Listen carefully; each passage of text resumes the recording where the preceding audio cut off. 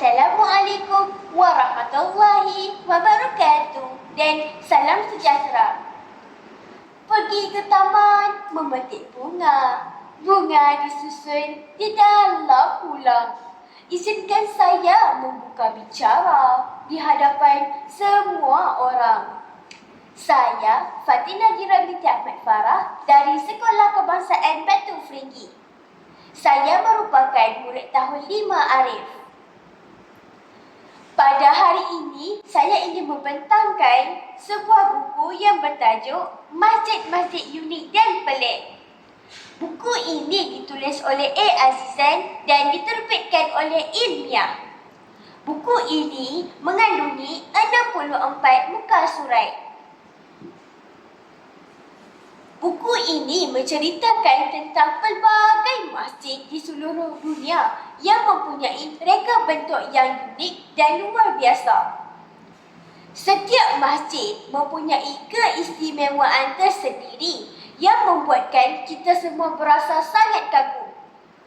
Antara masjid yang paling menarik perhatian saya ialah Masjid Seribu Pintu, yang sebenarnya bernama Masjid Nurul Yakin.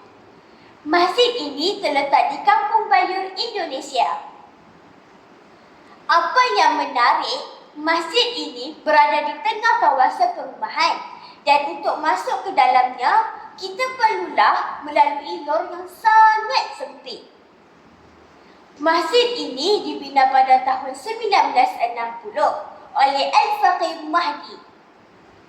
Keunikannya ialah mempunyai banyak pintu dan laluan. Sebab itulah ia digelarkan sebagai Masjid Seribu Pintu. Selain itu, buku ini juga menceritakan tentang Masjid Quba, iaitu masjid yang pertama dibina dalam sejarah Islam. Masjid ini dibina ketika Nabi Muhammad SAW berhijrah dari Mekah ke Madinah.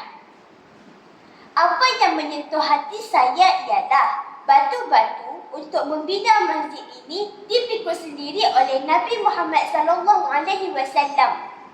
Ini menunjukkan sifat rajin, rendah diri dan semangat bekerjasama baginda dalam melakukan tempat ibadah. Daripada buku ini, saya belajar bahawa walaupun masjid mempunyai bentuk dan reka bentuk yang berbeza, tujuannya tetap sama, iaitu sebagai tempat umat Islam beribadah kepada Allah.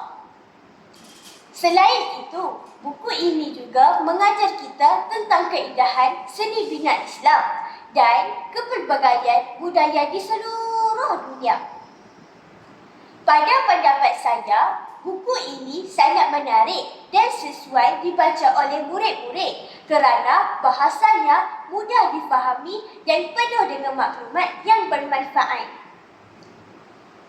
Pengajaran yang saya dapat daripada buku ini ialah kita perlulah rajin mengimarahkan masjid dan juga masjid berperanan menyatukan masyarakat setempat.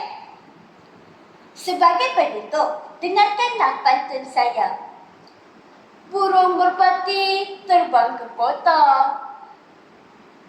hinggap sebentar di dahan cemara. Ilmu dicari sepanjang masa. Semoga buku ini memberi manfaat kepada kita semua. Sekian, wabillahi taufiq wal hidayah. Wassalamualaikum warahmatullahi wabarakatuh.